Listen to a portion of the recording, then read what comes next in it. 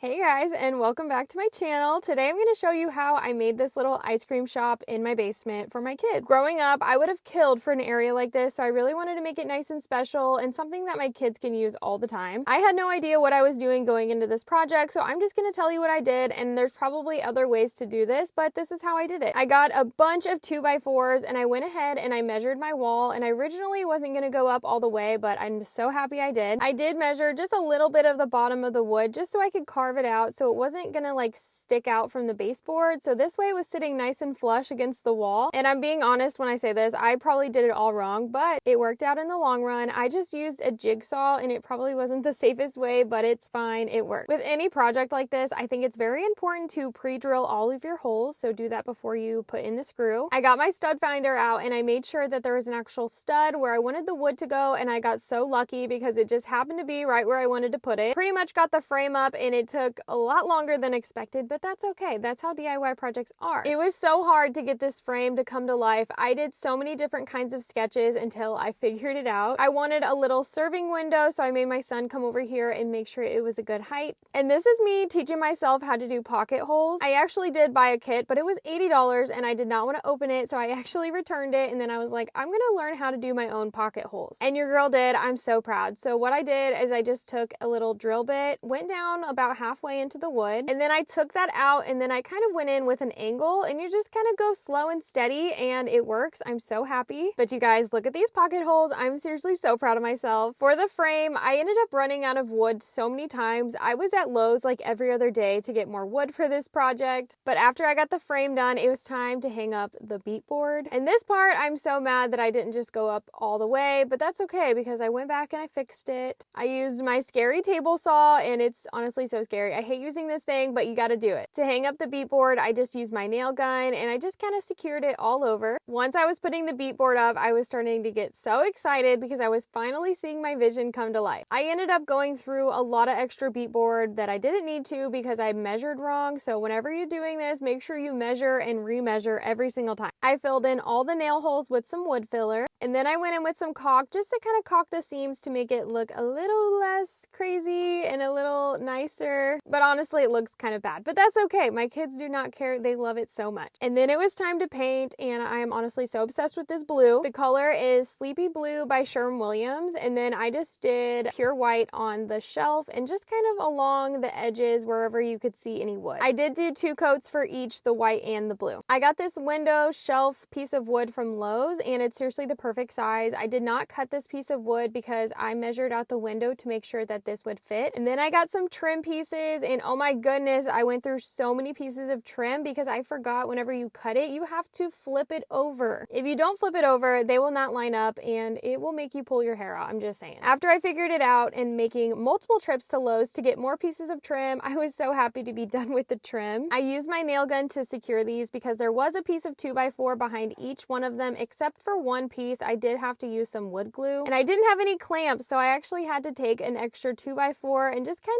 of lean it up against it, and it did work. For this last part, I actually did this wrong. You're supposed to put these little shelf holders up before you put the shelf, so my bad. I actually had to go in from the other side and screw a hole through the beat board because I could not get these to stay. I went ahead and I sanded everything down just so my kids would not get any splinters while they're playing in their shop. And then I went over any areas that needed a little touch up with some paint. I painted the trim just so everything was the same color white. I added everything back into the shop, and I'm so happy. I actually found this little shelf from Amazon and it just fit perfectly in the space. I am so happy with how this turned out. It is not perfect by any means, but my kids love it and I love it, so we are all happy. I know they're going to be playing in this little area now all the time, and I'm just so proud, and I'm telling you guys, if I can do this, you can do this too. Thank you guys so much for watching. I love you so much.